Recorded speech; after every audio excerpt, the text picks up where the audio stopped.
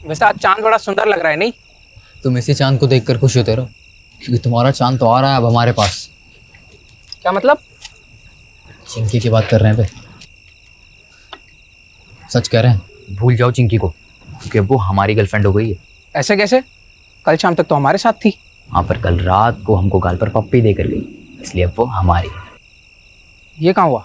हमारे सपने में हुआ बे, और कहाँ होगा। देखा, डरा दिया ना तुमको। हाँ रे, सच में। तो क्या सोचो? क्या सोचेंगे? कुछ भी नहीं। चलो तुमको एक मजेदार कहानी सुनाता है। एक आदमी था, भोला भाला, घर परिवार वाला। एक रात को ऐसा हुआ कि वो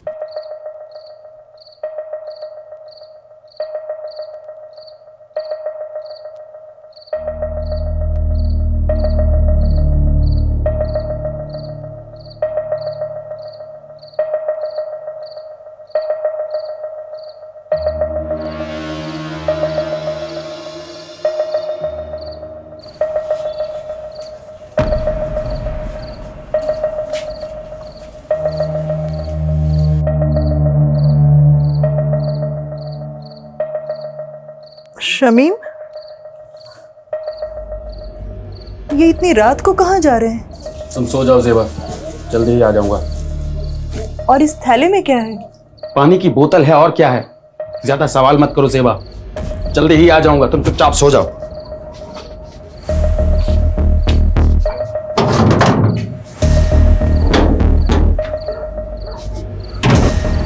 फिर उस आदमी को पता नहीं क्या सूझी कि वो अपनी औकात भूल गया।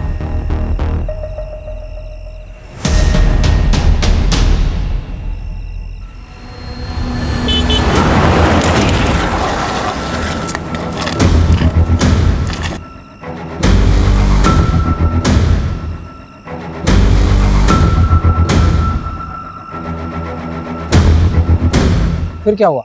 फिर वही हुआ जो नहीं होना चाहिए था। क्या मतलब?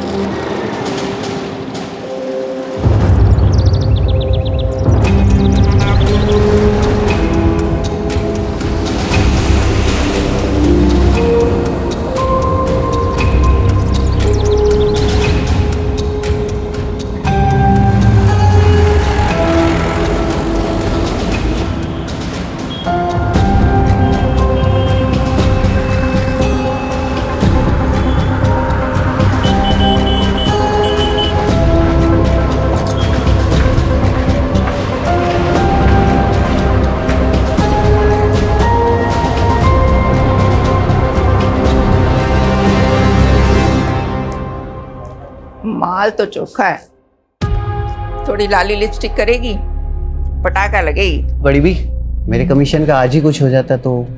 गुड्डू, जी बड़ी भी। इस कुत्ते का मुंह बंद कर, पैसे ठूस कर।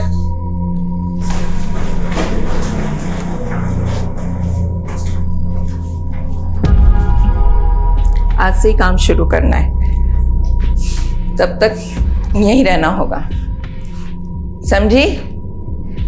मुंह में जबान नहीं है क्या? भूख लगी है? खाना नहीं खाएगी तो रात भर कैसे टिकेगी? मैं खाना भिजवाती हूँ तुम्हारे लिए।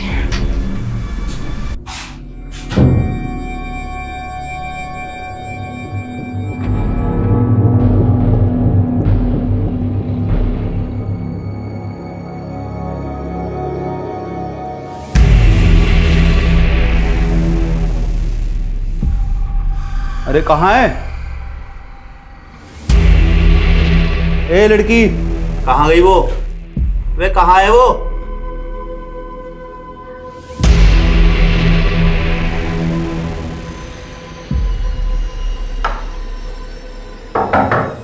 लड़की, ए लड़की,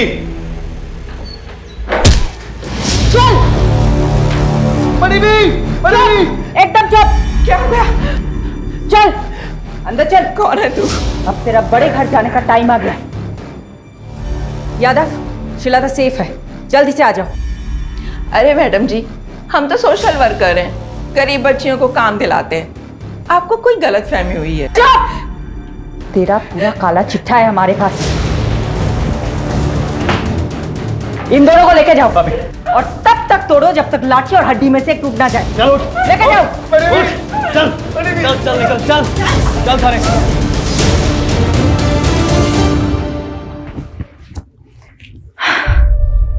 श्वेता बेटा, ठीक हो तुम? कुछ नहीं होगा तुम्हें, ओके? तुम सेफ हो। जल्दी से अपने मम्मी पापा के पास पहुंच जाओगी। डोमेस्टिक हेल्प सर्विस एजेंसी के नाम पर झारखंड, बिहार और नॉर्थ ईस्ट की लड़कियों को लाया जाता था और उन्हें डराकर नशे की आदत डालकर प्रोस्टिट्यूशन में ढकेला जाता था। कौवा से वे अंडे, कोयला के लेवे। तू जलेबी ना तल चौधरी, सीधा बोल। बोलना क्या है सर जी, आप खुद ही समझदार हो। देखिए, मैंने अकेले ने कुछ भी नहीं किया है, ये एक टीम वर्क था। इस ऑपरेशन की सक्सेस के पीछे सबसे बड़ा हाथ सब इंस्पेक्टर अजय यादव का है। उनकी सूझबूझ और उनके खबरी नेटवर्क के सपोर्ट से ही हम इस गिरोह को पकड़ पाए हैं। Sub inspector Ajay Yadav, media को ब्रीफ दीजिए इस ऑपरेशन की। सर, ये ऑपरेशन की शुरुआत कब हुई? जी वो 7 महीने पहले कोची पुलिस के पास एक औरत ने मिसिंग रिपोर्ट लिखाई थी अपनी बेटी श्रीलता की। उनका कहना था कि नौकरी का लालच देकर कोई उनको अपने साथ दिल्ली ले आया था। कितने समय से एक्टिव था उनका गिरोह? लगभग 1 साल से। और यहाँ से हमने 18 लड़कियों को रेस्क्यू किया जिनको सेम मोडस ऑपरेंडी से ट्रैप किया गया था। हमने अभी तक एक ही गिरोह को पकड़ा है। जो भी इस रैकेट के साथ जुड़े हुए हैं, अब उन सबकी बारी है। ज़ेबा, फिक्र मत कर, समीम भाई जल्द लौटेंगे। रहना खाला, जरा 1 मिनट। हाँ, क्या हुआ रकीब? क्या बोलूं खाला, अब्बू के जाने से अम्मी का हाल बुरा, ऊपर से पैसों की किल्लत, 2 वक्त का खाना और दूध के भी पैसे नहीं है। क्या करूं, किससे मदद मांगूं, कुछ समझ में नहीं आ रहा है। ये ले 1000 रुपए रख, और जरूरत पड़े तो मांग लेना। शुक्रिया खाला।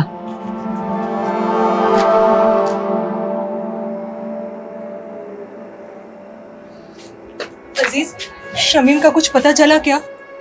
पुलिस ने कहा है कि वो पता लगाएगी शमीम का। वैसे मुझे नहीं लगता वो लोग कुछ करेंगे।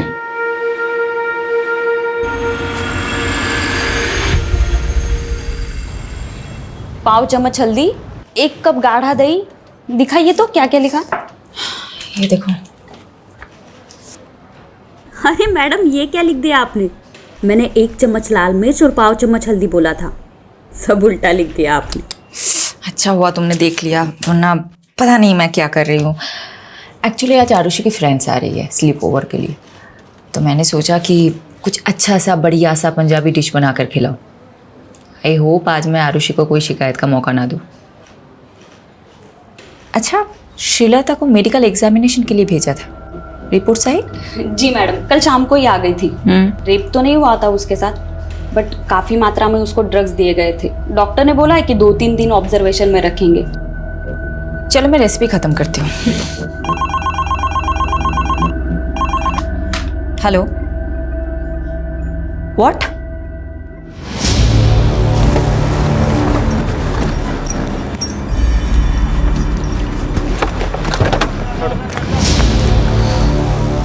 जय हिंद मैम। लाश का चेहरा कुचला गया है, आइडेंटिफाई करना मुश्किल होगा।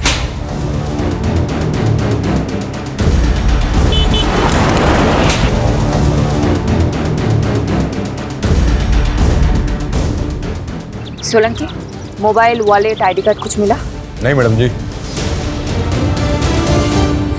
सोलंकी, पोस्टमार्टम के लिए गाड़ी को बुलाया कि नहीं? हाँ बोला सर। बोल दिया ना? कब तक आ रहे हैं? बस 10 मिनट बाद आ रहा हूँ। फिर चेक कर लेगा। दी, देखो मैंने लाइट ऑन कर दी, कैसा लग रहा है? वेरी गुड रोहन, जब तू बड़ा होगा तेरे फ्रेंड स्लीप ओवर के लिए आएगा ना, मैं भी चुपचाप लिविंग रूम में चली जाऊंगी। Living room? मैं क्यों जाऊँ लिविंग रूम में? एक ही रात की तो बात है रोहन। मैंने इतनी मेहनत की हमारा रूम साफ करने में, मैं नहीं जाऊंगा कहीं भी। ए चैंप, तू एक काम कर, तू ना मेरे रूम में आ जा। ये लोग गर्ल्स नाइट आउट करेंगे तो हम भी बॉयज नाइट आउट करेंगे। मतलब मम्मी आज फिर से डिच करने वाली है? एक और झूठा प्रॉमिस किया मम्मी ने। जाने देना आरू, ये सोच कि तेरी फ्रेंड कितनी लकी है। अगर तेरी मॉम होती तो वो फिर से नई पंजाबी डिश ट्राई करती और हम लोगों को खिलाती, और हमें भी छोटी मोटी तारीफ करनी पड़ती। अभी एक काम करते, तुम लोगों का रूम फिर से सेट करते, ओके? चलो चलो चलो चलो। क्राइम सीन के पास और कुछ नहीं मिला, मर्डर वेपन भी नहीं। मैडम, पोस्टमार्टम रिपोर्ट आ गई। तो विक्टिम की उम्र 45 से 50 के बीच में, और हाँ, उसका खतना भी हुआ था। मतलब मुस्लिम था। और बॉडी पे 10 से ज्यादा घाव थे, और घाव को देख के ऐसा लगता है जैसे तेजधार शूले से किए गए। मर्डर कब हुआ होगा? बॉडी तो काफी सड़ चुकी है, देख के लगता है 4 से 5 दिन तो हो ही क्यों होंगे। मैडम, एक काम करता हूँ, विक्टिम के डिस्क्रिप्शन से मेल खाती हुई मिसिंग रिपोर्ट में आसपास के थाने में चेक करवाता हूँ। वैसे मैडम, मैं एक बात बताना भूल गई। हॉस्पिटल से कॉल आया था, श्रीलता की हालत अब काफी बेहतर है। 1-2 दिन में डिस्चार्ज मिल जाएगा और परसों की ट्रेन है उसकी। पारुल, एक काम करना, कल तुम श्रीलता से मिलना। और ये लो, इस पैसों से उसे एक मोबाइल खरीद देना। और परसों तुम खुद जाना उसे स्टेशन छोड़ने, ओके? शेल्टर होम की केयरटेकर जाने वाली मैडम। फिर भी जाना है तुम्हें। यादव सर ना सही कहते हैं, आप हर केस को काफी पर्सनली क्यों ले लेते हो? जब तुम खुद माँ बनोगी तब समझ जाओगे। किस्मत साथ दे रही है हमारा इस केस में।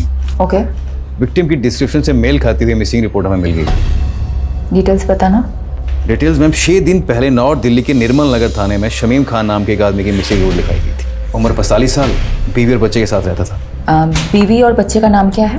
बीवी का नाम जेबा है और बच्चे का नाम रकीब।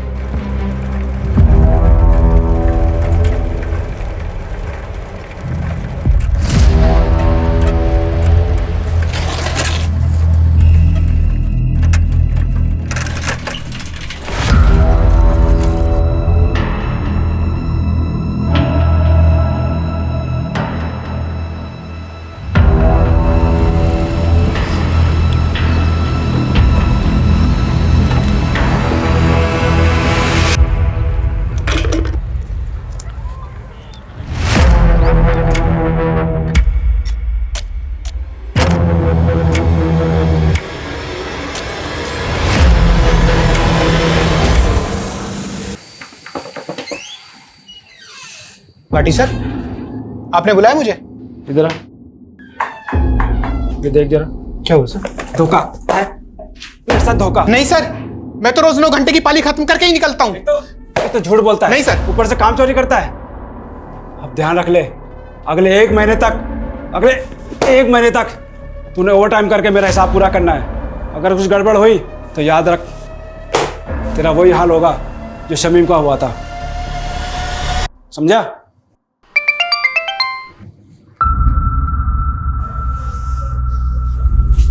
ये क्या है?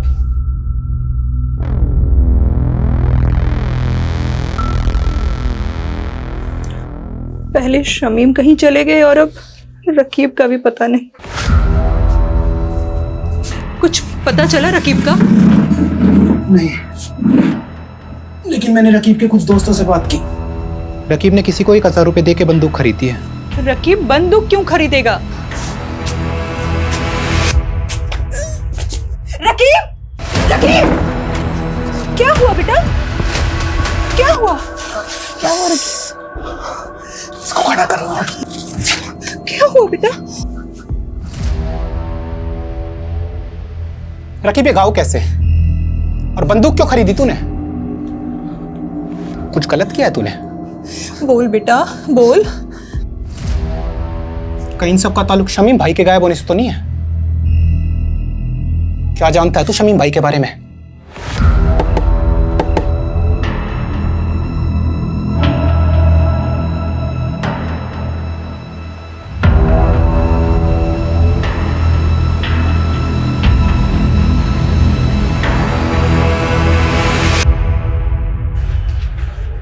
खोलो।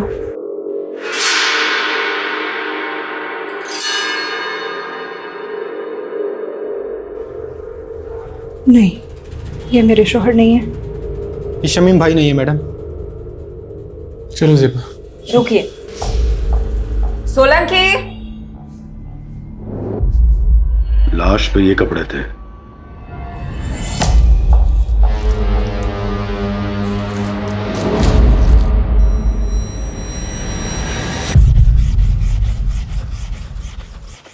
अरे अब्बू, शर्ट को इतना भी मत घिसो कि चीख पड़े। शर्ट चीखेगी नहीं बेटा, चमक उठेगी। ये देख, तेरे बाप के हाथों का कमाल। एक शर्ट पूरे 5 साल चलाता हूँ, समझा?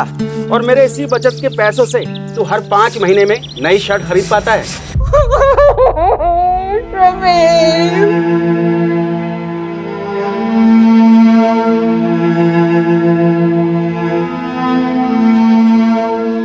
देखिए, मैं जानती हूँ ये सही समय नहीं है बात करने का, लेकिन शमीम की हत्या हुई थी और हत्या को 6 दिन हो चुके हैं। शमीम की किसी के साथ अनबन, झगड़ा, कुछ भी? ऐसा कभी कुछ नहीं हुआ था।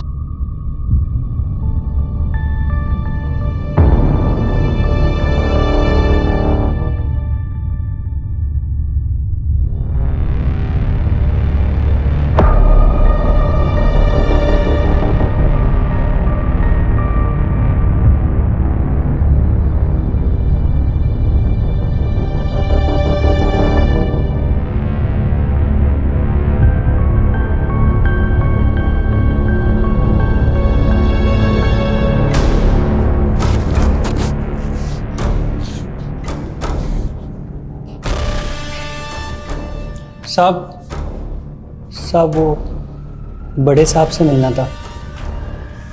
नाम क्या है तुम्हारा? बाबू। बाबू पक्का यही था वो? कितनी बार बताया साहब, 100% यही था। 2 आदमियों ने इसे पीछे से पकड़ रखा था और एक आदमी इसको चाकू मार रहा था। मैं डर के मारे सहम गया था, इसलिए इसकी मदद भी नहीं कर पाया। हमारे पास इतने दिन बाद क्यों आए? मैडम जी, दिल्ली में नया हूँ और किसी को जानता भी नहीं, और फिर पुलिस स्टेशन में आने से हर कोई डरता भी तो है। तो फिर बाबू अचानक तेरी अंतरात्मा कैसे जाग गई? हाँ साहब, पेपर में पढ़ा कि इसका कातिल अभी तक नहीं मिला, तो मुझे ख्याल आया कि वो किसी का पति, किसी का भाई होगा शमीम, और उसे इंसाफ तो मिलना चाहिए ना। और मैं मुझे किसी लफड़े में नहीं फंसना। बाबू, मेरी बात अच्छे से सुनो जी। इस शमीम को 3 लोगों ने मारा है। उनका हुलिया पहचान सकते हो? चित्र बनवा सकते हो? शक्ल तो याद है मुझे मैम, रोज रात को सपने में आते हैं तीनों कमीने।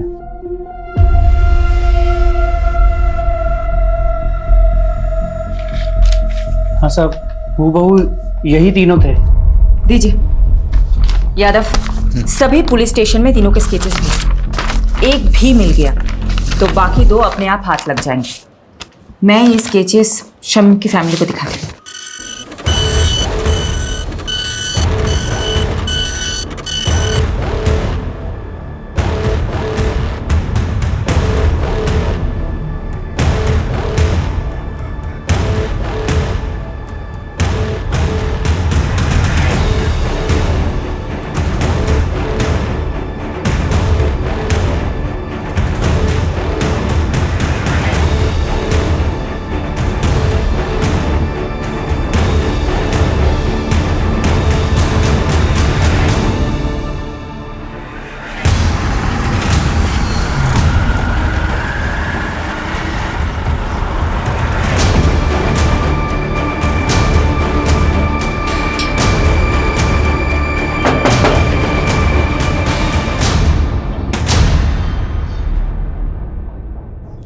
सेबा, तुमने हमें बताया था कि शमीम की किसी के साथ दुश्मनी नहीं है, लेकिन हमें एक आई विटनेस मिला है जिसने 3 लोगों को शमीम को मारते हुए देखा था।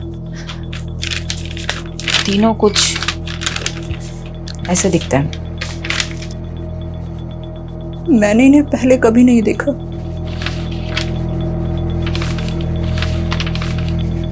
जिस रात शमीम गए थे तभी मुझे अजीब लग रहा था। मैंने उनसे पूछा भी था, ये इतनी रात को कहाँ जा रहे हैं? ज्यादा सवाल मत करो सेबा, जल्दी ही आ जाऊंगा, तुम चुपचाप सो जाओ।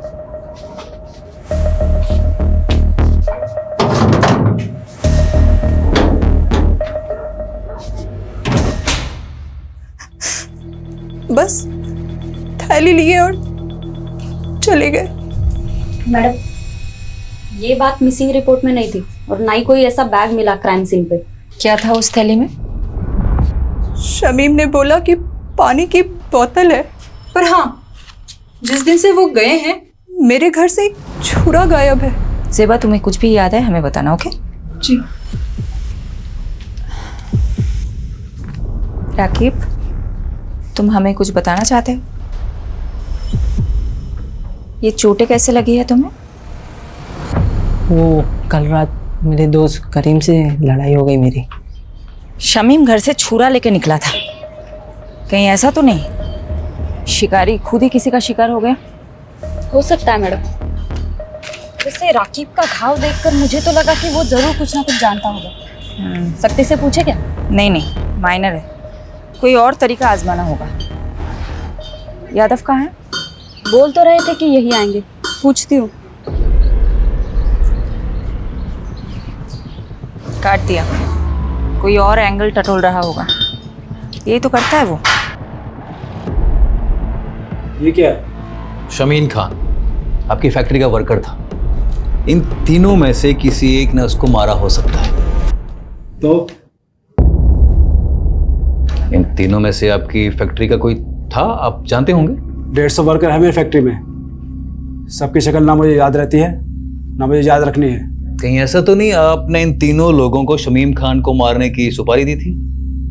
मैंने तो ऐसा भी सुना है कि आप अपने फैक्ट्रीज के वर्कर्स को मारते भी हैं। ए इंस्पेक्टर, ज्यादा मत उड़, तू जानता नहीं मैं कौन हूं। पुलिस वाले को तो हमसे था।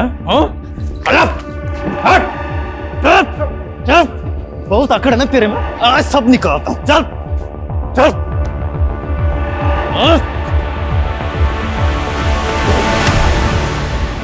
अगली बार घसीटता हुआ सीधा थाने ले जाऊंगा।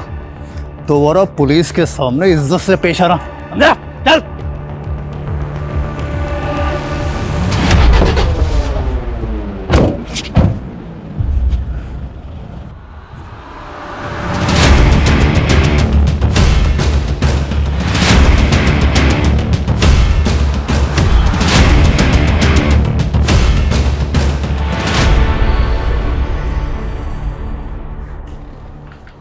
श्रीलता की रात की ट्रेन है ना?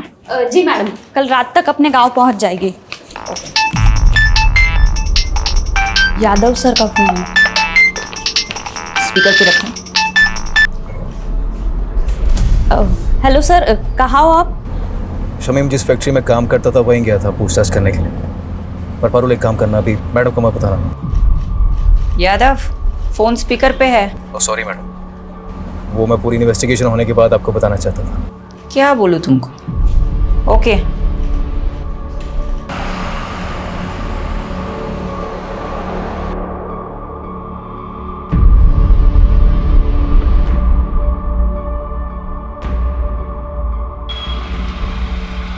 तो देखा क्या? हाँ सर, देखा देखा सा तो लग रहा है।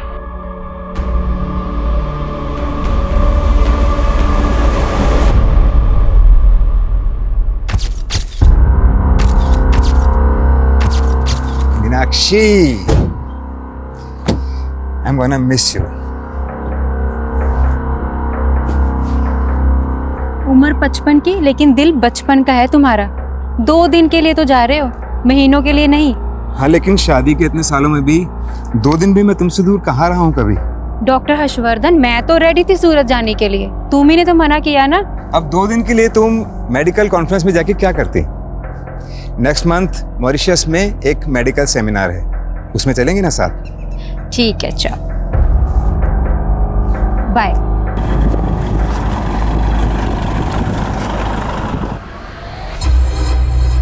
दीपक, जरा अपना फोन देना। यो सर। हाँ, मैं बोल रहा हूँ, दीपक के फोन से बात कर रहा हूँ। दरअसल मीनाक्षी ने मेरे फोन में कोई स्पाई सॉफ्टवेयर इंस्टॉल कर दिया है। मैं दीपक को भेजता हूँ तुम्हें पिक करने के लिए। Love you, bye. सर इसके बारे में मालूम चलते फ़ोन मारता हूँ मैं आपको। पता कर। अच्छा वो रकीब का बायोडाटा निकाला क्या? हाँ सर, पता किया ना सर। राकिब क्या छोटी सी उम्र में गलत लफड़ों में फंसा। भीमलाल नाम का एक बैटिंग माफिया है, उसके साथ जोड़ा। भीमलाला कहीं वही तो नहीं जो बेल से छूटने के बाद लॉटरी के धंधे में घुस गया? वही वाला सर। सर हुआ क्या, जब भी शमीम गायब हुआ ना, राफिक को सीधा शक भीमलाला पे गया और वो उससे मिलने चला गया। ए, क्या कर रहा है ये? पागल हो गया?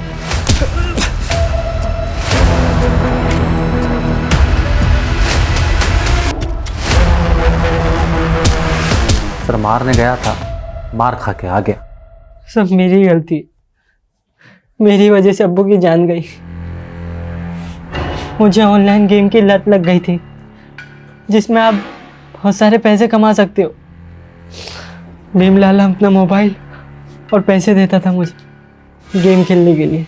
ज़्यादा पैसे कमाने की लालच में 2 लाख रुपए कर्ज हो गए मुझ पर। भीमलाला पैसों की वसूली के लिए हमारे पीछे पड़ गया था। उस दौरान अब्बू अजीज अंकल के साथ बिजनेस शुरू करने का प्लान बना रहे थे। अजीज अंकल के दिए हुए 60,000 रुपये मैंने चुरा लिए और भीमलाला को दे दिए। बस बाकी के 1,40,000 कब देगा? वही ब्याज के साथ? दे दूंगा, जल्दी दे दूंगा। लेकिन अब्बू को पता चल गया कि वो पैसे मैंने लिए। बता क्या क्या तूने पैसे बताता क्यों नहीं? क्या किया? अरे तू आज तेरी वजह से सब कुछ हुआ है। माफ कर दो। क्या जवाब दूं अजीज भाई को? बोल। मुझे माफ कर दो अब्बू। मारो मुझे, मारो, मैं बहुत बुरा हूँ अब्बू, मुझे मारो। क्या कर रहा है? क्या कर रहा है? पागल हो गया है क्या? सुन बेटा, क्या हुआ है? हाँ, हमें बता क्या हुआ है। हम कोई तरकीब निकालेंगे। बोल बेटा। लाला जी, मैं धीरे धीरे आपका सारा कर्ज चुका दूंगा। धीरे धीरे नहीं, जल्दी जल्दी। 15,000 रुपये महीना चाहिए मेरे को तेरे से। तू 15,000? पर लाला जी इतनी तो मेरी कमाई भी नहीं है, कहाँ से लाऊंगा मैं 15,000? ठीक है, हर महीने 5,000 रुपये, उससे 1 पैसा कम नहीं। अब्बू ने कई महीने तक पैसे दिए लेकिन फिर भी काफ़ी रकम बाकी थी। उसका ब्याज बढ़ता ही जा रहा था। क्या उस रात शमीम लाला को मारने उसके घर गया था क्या?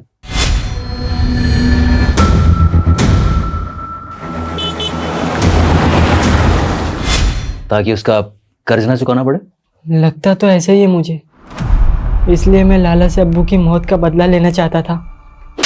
यादव, यादव, बस करो। कितना मारोगे?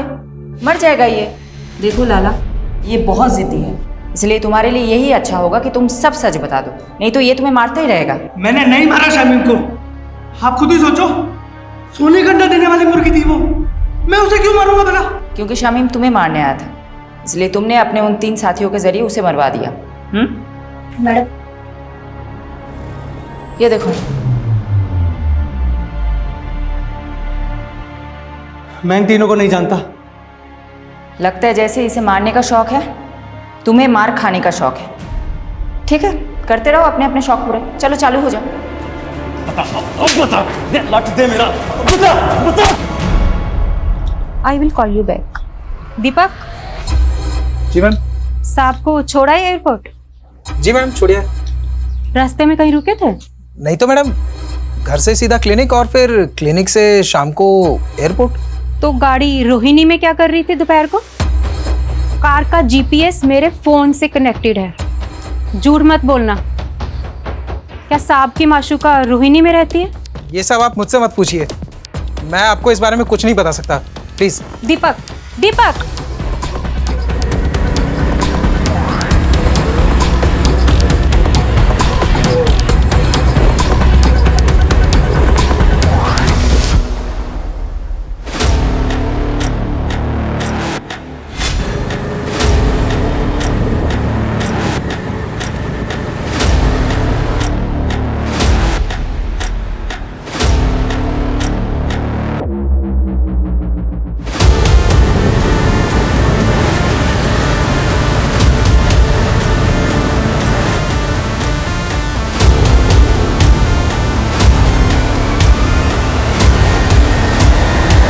मैडम जी, हम गंगा मैया की कसम खा के कहते हैं हमने किसी शमीम को नहीं मारा। झूठ मत बोल। हमारे पास चश्मदीद गवाह है जिसने तुझे शमीम का मर्डर करते हुए देखा है, और तेरे साथ ये दोनों थे। कौन है ये दोनों? मैं नहीं जानता मैडम, और जब हमने खून ही नहीं किया है तो देखा किसने? सपने में। गुनाह कबूल करने में जितना टाइम लगाएगा ना, तेरे लिए मुश्किल उतनी ही बढ़ती जाएगी। मैडम जी, हम रिक्शा चलाकर गुजारा करते हैं और हमने आज तक कोई गलत काम नहीं किया है, और आप तो हम पे सीधा मर्डर का आरोप लगा रहे हैं। मैडम,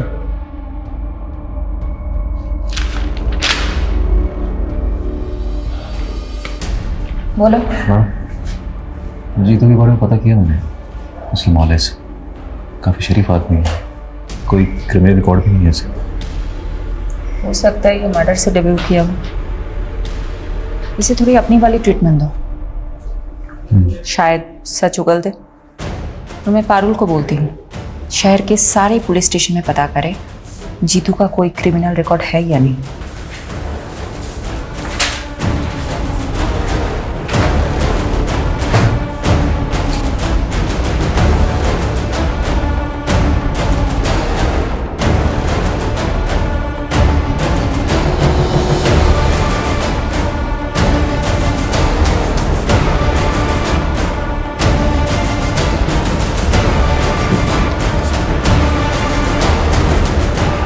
सर, यही है वो विभूति प्रसाद।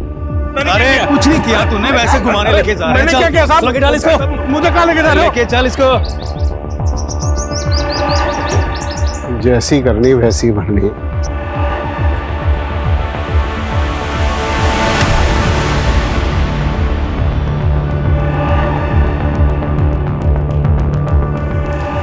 मैम, यही है वो आदमी जिसने उसको चाकू मारा था। और मैम इस वाले आदमी ने उसको पीछे से पकड़ा हुआ था। मैम, वो तीसरा आदमी मिला क्या? वो भी मिल जाएगा। मैम, मेरा कहीं नाम तो नहीं आएगा ना? फिक्र मत करो, तुम जा सकते हो बाबू। जी मैम। मैडम, विभूति प्रसाद एक नंबर का बदमाश आदमी है। कुछ महीनों पहले ये थाने में अपनी मिसिंग बाइक की कंप्लेंट करने आया था। सब रुकी साहब, यही करो चोर। सर ये झूठ बोल रहे हैं, हमने कोई बाइक चोरी नहीं की, बल्कि यही हमें परेशान करता रहता है। सब ये एक नंबर का झूठा है साहब। क्या सबूत है तुम्हारे पास? सबूत है हमारे पास, ये देखिए। ये आप ही का बेटा है ना? हाँ सर। बुलाइए इसे। साहब ये झूठ बोल रहे हैं, इनकी बाइक रास्ते में खड़ी थी, वो तो मैंने बस साइड कर दी। बाइक तो चोरी हुई है ना, और आखिरी बार बाइक के साथ आपके लड़के को देखा गया था, इसलिए पूछताछ के लिए इसे हमें थाने ले जाना पड़ेगा। चलो।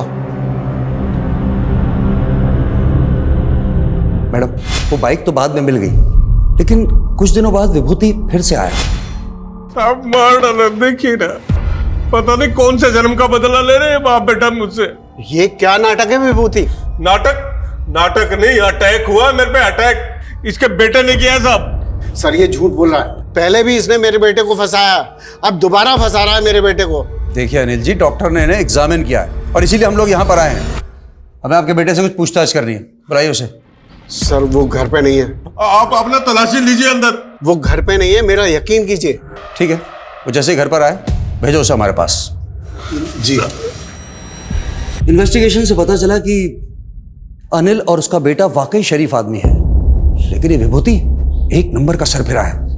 ये विभूति उन लोगों को क्यों परेशान कर रहा था? दरअसल मैडम, ये अनिल और उसके बेटे की जमीन हथियाना चाहता था, वो भी सस्ते दामों में, और अनिल उसे बेचना नहीं चाहता था। बस तभी उसने ये ड्रामा खेला। कौन था तेरा तीसरा साथी? कौन तीसरा साथी? क्या कह रहे हो आप? देख विभूति, सीधी तरह बता दे, शमीम के खून में तेरे और जीतू के अलावा वो तीसरा बंदा कौन था? वरना बहुत पीटेगा तू। हाथ मत लगाना मुझे, वरना पूरे डिपार्टमेंट को कोर्ट में घसीटूंगा मैं। तू यहां से जाएगा तब ना। तुझे क्या लगता है झूठा केस फाइल करना सिर्फ तुझे ही आता है? हम भी कर सकते हैं। मैडम फोन है आपके लिए। हेलो। शिफाली दी, मैं श्रीलता। श्रीलता, कैसी हो तुम? मैं ठीक हूँ, थैंक यू दीदी। ये लीजिए, अम्मा से बात कीजिए। मैडम आप हमारे लिए भगवान, आपका बहुत बहुत थैंक यू। अरे आप मुझे थैंक यू मत बोलिए, आप बस अपना और श्रीलता का ख्याल रखिए, उसे खूब पढ़ाइए। मैं आपके टच में रहूंगी। जी मैडम। बाय। हाँ यादव बोलो। मैडम स्केच वाले तीसरे बंदे का पता चल गया, मैं घसीटते हुए उसे थाने लेकर आता हूँ, आप वेट कीजिएगा। बस बस बस यही है सर। यही है यही वाला सर। एक बार आप बंदे को देख लीजिए फिर दे दीजिए। क्यों, क्या हो? स्केच से शक्ल तो मिलती है ना? स्केच से शक्ल तो हूबहू मिलती है, तो लेकिन फिर भी मुझे डाउट हो रहा है सर। क्या मतलब, कोई डाउट है क्या? अब सर आप खुद ही देख लीजिए। क्या बकवास है ये? आप कह रहे हैं कि मैंने, डॉक्टर हर्षवर्धन ने एक फैक्ट्री वर्कर का कत्ल किया है, वो भी किसी सिरफिरे और ऑटो रिक्शा वाले के साथ मिलकर? देखिए डॉक्टर हर्षवर्धन, हमारे पास आपके खिलाफ सबूत हैं। आप जानते हैं हम किससे बात कर रहे हैं? देखिए अब जो भी है, हम सिर्फ अपना प्रोसीजर फॉलो कर रहे हैं। ठीक है, तो अब मैं प्रोसीजर ही फॉलो करूंगा, और अब मैं नहीं, मेरा लॉयर आपसे बात करेगा।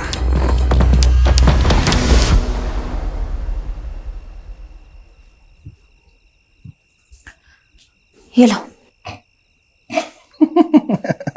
हाँ हाँ, सब हंस रहे हैं मुझ पर, तुम भी हंस लो। सॉरी शिफाली, लेकिन ये तुम्हारा यादव है ना, जोश में होश को बैठता है। गलती सबसे होती है, इट्स ओके। ये गलती नहीं, ब्लंडर था। सीमोन किसी आई विटनेस ने बोल दिया और तुम लोग शहर के नामी डॉक्टर हर्षवर्धन को अरेस्ट करने के लिए निकल पड़े। क्या फायदा हुआ? 5 मिनट में उसका वकील उसकी बेल करा के चला गया। तुम वकील लोग ना कभी पुलिस की प्रॉब्लम नहीं समझोगे। तुम लोगों को मजा आता है कानून के लूप होल्स को निकाल के मुजरिम को बचाने में। तो अब तुमने ये डिसाइड कर लिया कि डॉक्टर हर्षवर्धन मुजरिम है? नहीं, मैं एक जेनरिक बात कर रही थी। देखो, डॉक्टर हर्षवर्धन को हमने पूछताछ के लिए बुलाया, उसका एक बेस था, एक आई विटनेस है जिसने सस्पेक्ट का स्केच बनवाया है। वो हुलिया बिल्कुल मैच करता है डॉक्टर हर्षवर्धन से। इस ब्लाइंड केस में ये एक ही तो स्ट्रॉन्ग पॉइंट है हमारे पास। एक सेकंड, अब मुझे समझ में आ रहा है, अब मुझे एक्चुअल में समझ में आ रहा है क्यों हम गोल गोल घूम रहे थे इस केस में। Thank you for your help. Sorry madam, मेरी वजह से आपको कमिश्नर सर से बात सुननी पड़ी। यादव, ये सब कुछ छोड़ो। पारुल, मुझे इतना बताओ, विभूति प्रसाद, ऑटो ड्राइवर जीतू और डॉक्टर हर्षवर्धन, इन तीनों के कॉल रिकॉर्ड्स चेक किए?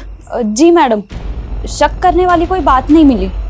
इन तीनों के बीच में कोई कम्युनिकेशन? पिछले 1 साल के कॉल रिकॉर्ड्स में तो इन लोगों की आपस में कोई बात नहीं, और ना ही इन तीनों में से किसी का फोन लोकेशन क्राइम सीन के पास मिला।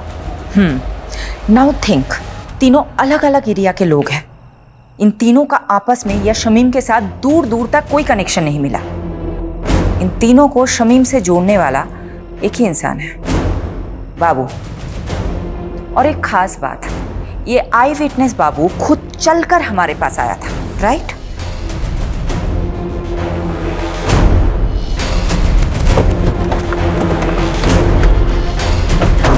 यादव,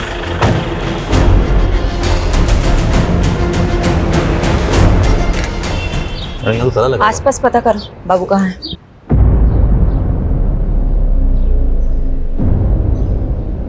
मैं बाद में बात करती हूँ। क्या हुआ? मैडम, आसपास पड़ोसी से बातचीत की मैंने, उनका कहना है कि बाबू काफी दिनों से गायब और उसका फोन भी बंद आ रहा है। मैंने ट्राई किया। मैडम जी, आप यकीन नहीं करोगे इस घर का मकान मालिक कौन है।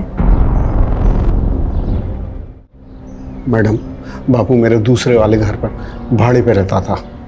जब विभूति ने मेरे बेटे राकेश पर इल्ज़ाम लगाया ना, तो मैंने ही राकेश को बाबू के साथ में उस घर में रहने के लिए बोल दिया था, छुपा दिया था उसको। वो घर पे नहीं है, मेरा यकीन कीजिए। ठीक है, वो जैसे ही घर पर आए भेजो उसे हमारे पास।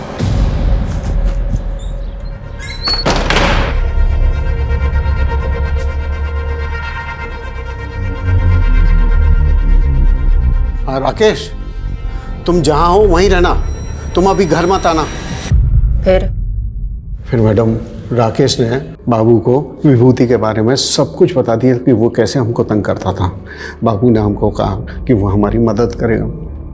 और बाबू ने झूठी गवाही दी ताकि विभूति पर खून का इल्जाम लग जाए और आप उसे सबक सिखा सके, राइट? जी हाँ मैडम, लेकिन मैडम आप नहीं जानती कि विभूति ने हमको किस कदर तंग करके रखा हुआ था। अच्छा ये बात बताओ, बाबू ने फोकट में मदद की तुम्हारी? जी मैडम। ये बाबू कहाँ है? मैडम पता नहीं, 3-4 दिन से घर बंद करके कहीं गायब हो गया मैडम।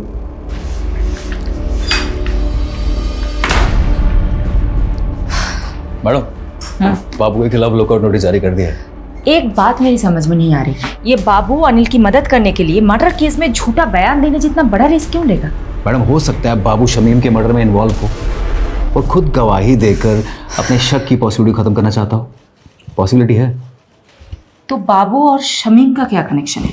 ढूंढते हैं, कुछ तो निकलेगा। मैडम जी, बाबू के पुराने रिकॉर्ड्स चेक कर रही थी।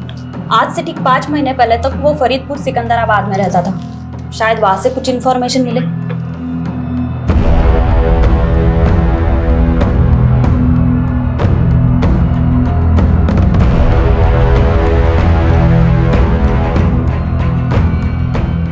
मैडम बाबू और बिलाल इसी गांव का रहने वाला था। 16 साल की उम्र में उसने अपने दोस्त की हत्या की थी।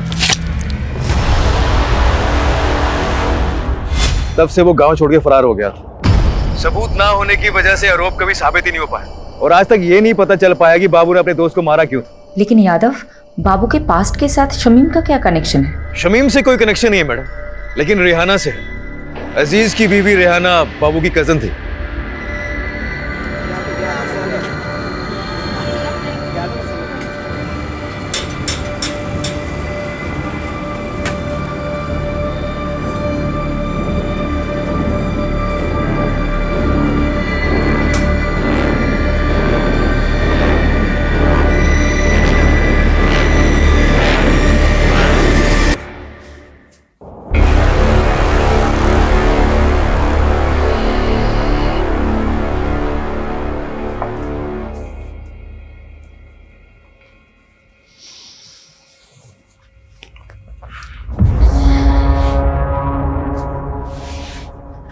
बस ज़ेबा, कब तक ऐसे चलेगा?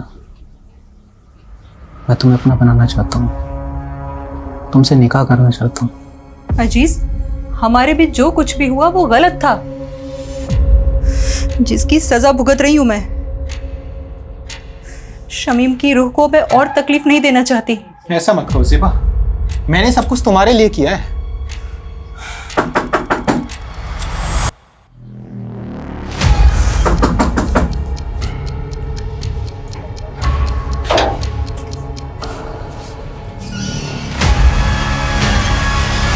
अजीज चल, अब आगे की खातिरदारी तेरी जेल में करते। मैं हमेशा से ज़ेबा को पसंद करता था। जब भीम लाला ने शमीम से पैसे हटने शुरू किए तो शमीम काफ़ी चिड़चिड़ा रहने लगा था। वो बात बात पर गुस्सा करता था। मुझे उसकी फिक्र होने लगी तो मैंने एक रोज़ ज़ेबा से बात करने का सोचा। अजीज, मेरी मुश्किलें तो ख़त्म होने का नाम ही नहीं ले रही हैं। रकीब की नादानी ने सब बर्बाद कर दिया। शमीम दिन रात काम करते हैं। मुझे कहीं ना कहीं अंदाजा था कि ये मसला पैसों का है।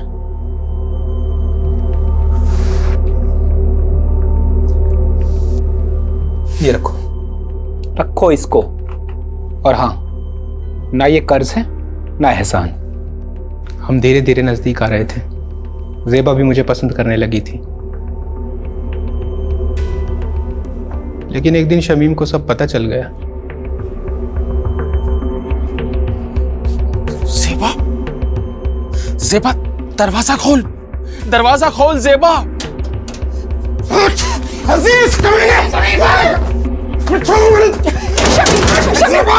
शमीम, मुझे माफ कर दीजिए, मैं आपके हाथ जोड़ती हूँ। गलती हो गई शमीम, माफ कर दीजिए, हमसे बहुत बड़ी गलती हो गई, माफ कर दीजिए शमीम। उस दिन के बाद से सब खत्म हो गया था। ज़ेबा ने मुझसे मिलना छोड़ दिया था, लेकिन मेरे जहन में दिन रात सोते जागते सिर्फ ज़ेबा का ही ख्याल था। तो ज़ेबा को पाने के लिए शमीम को रास्ते से हटाने का प्लान बनाया तुमने? हाँ, बाबू मेरी बीवी रेहाना के गांव का रहने वाला था। गांव में उस पर एक हाफ मर्डर का केस भी चल रहा था। मैंने उससे मदद मांगी। वो 2 लाख रुपए के बदले शमीम का काम तमाम करने को तैयार हो गया। रियाना जानती थी इसके बारे में? नहीं, सारा प्लान मेरा और बाबू का था। प्लान के मुताबिक मैं एक दिन शमीम से मिलने गया।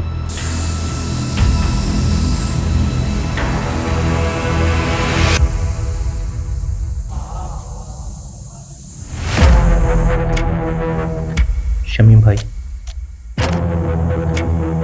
मैं अपनी गलती पे बहुत शर्मिंदा हूँ, इसीलिए मैंने शहर छोड़कर हमेशा के लिए मुंबई जाने का फैसला किया है।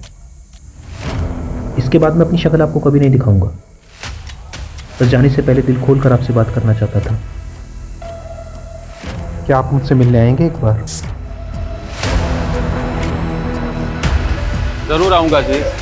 मेरी तरह शमीम के मन में भी साजिश बन रही थी। उसने जो देखा था वो भूल नहीं पा रहा था। वो भी मेरी जान का प्यासा था।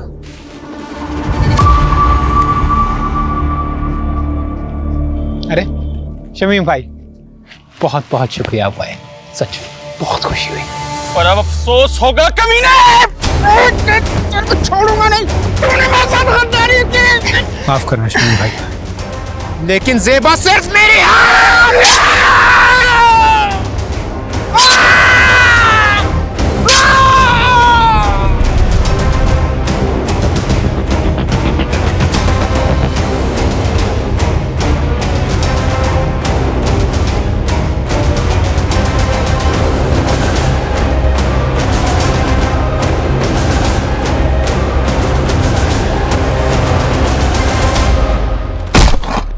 हम जानते थे कि एक न एक दिन आप हम तक जरूर पहुंचोगे, इसीलिए बाबू ने आई विटनेस बनने का प्लान बनाया ताकि आपको भटका सकें।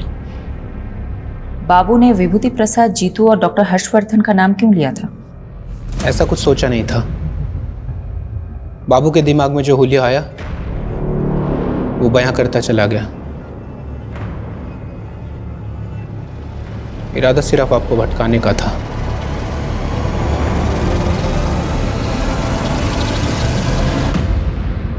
वाह मॉम, खाना बहुत अच्छा बना है। थैंक यू बेटा।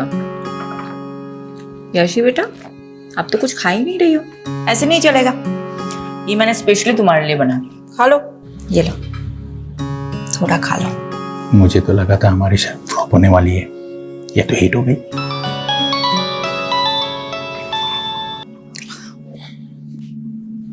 हाँ यादव, बोलो। मैडम, बाबू पकड़ा गया, माऊ में जाकर छिपा था। उसने बताया जीतू और डॉक्टर हर्षवर्धन का नाम क्यों लिया था? बदला लेने के लिए। बड़ी अजीब कहानी है मैडम। बाबू जब पहली बार शहर आया था तो उसने जीतू का रिक्शा लिया था और सिर्फ 15 रुपए के लिए दोनों में बहस हो गई थी। क्या 15 रुपए के लिए बाबू ने जीतू को मर्डर केस में फंसाया? जी मैडम, और डॉक्टर हर्षवर्धन के क्लिनिक में बाबू ने उसकी नर्स को छेड़ दिया था, जिसलिए डॉक्टर हर्षवर्धन ने उसको बहुत जलील किया था सबके सामने, और उसका बदला लेने के लिए उसने डॉक्टर हर्षवर्धन को बलि का बकरा बना दिया इस मर्डर केस में। लोग कितनी छोटी बात गांठ बात लेते हैं। चलो अच्छा है, ये केस तो सॉल्व हुआ। अब मैं चैन से अपनी फैमिली के साथ खाना खा सकती हूँ। अरे बिल्कुल madam. Good job Yadav. Thank you madam. Bye.